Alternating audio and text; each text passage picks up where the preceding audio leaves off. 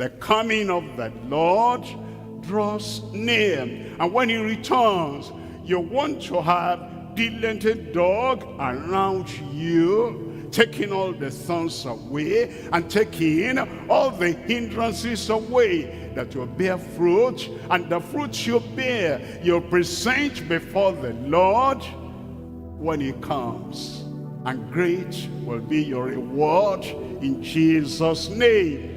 Look at verse 19, this part of the fruit. It says, brethren, if any of you do err from the truth, and one convert him. And we don't convert the backslider by gossiping about them, murmuring against them, criticizing them, pointing accusing fingers to them. No, we win them back graciously.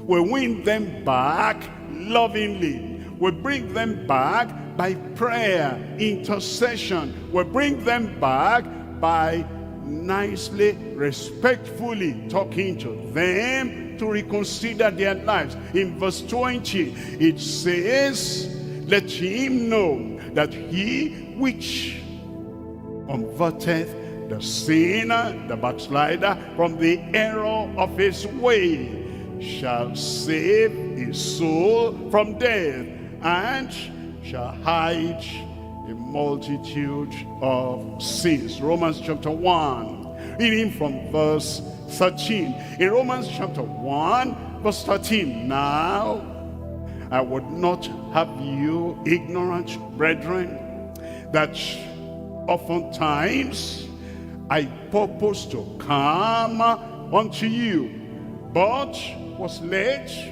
was hindered hitherto. If you have been hindered from doing good in the past years, all hindrances are taken out of your way, that I might have some fruit, converts among you also, even as among the Gentiles. Verse 14. In verse 14, I am debtor both to the Greeks and to the barbarians, both to the wise and to the unwise. Verse 15, so as much as in me is, as long as I'm still breathing, as long as I'm still healthy and sound, to stand, to walk, to move, to come, to preach, as much as in me is, I am ready to preach the gospel to you that are at Rome also. Verse 16, in verse 16, for I am not ashamed. This year, you are not ashamed. Nobody will close your mouth.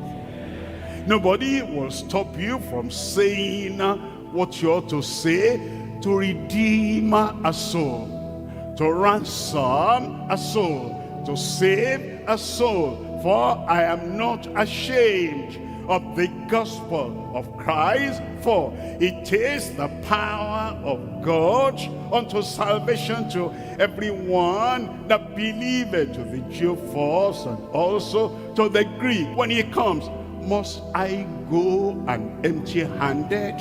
Must I meet my Savior so? Not one soul with which to greet him must I go and empty-handed. If you don't want to go empty-handed, this year you diligently dig to breed fruit for his return.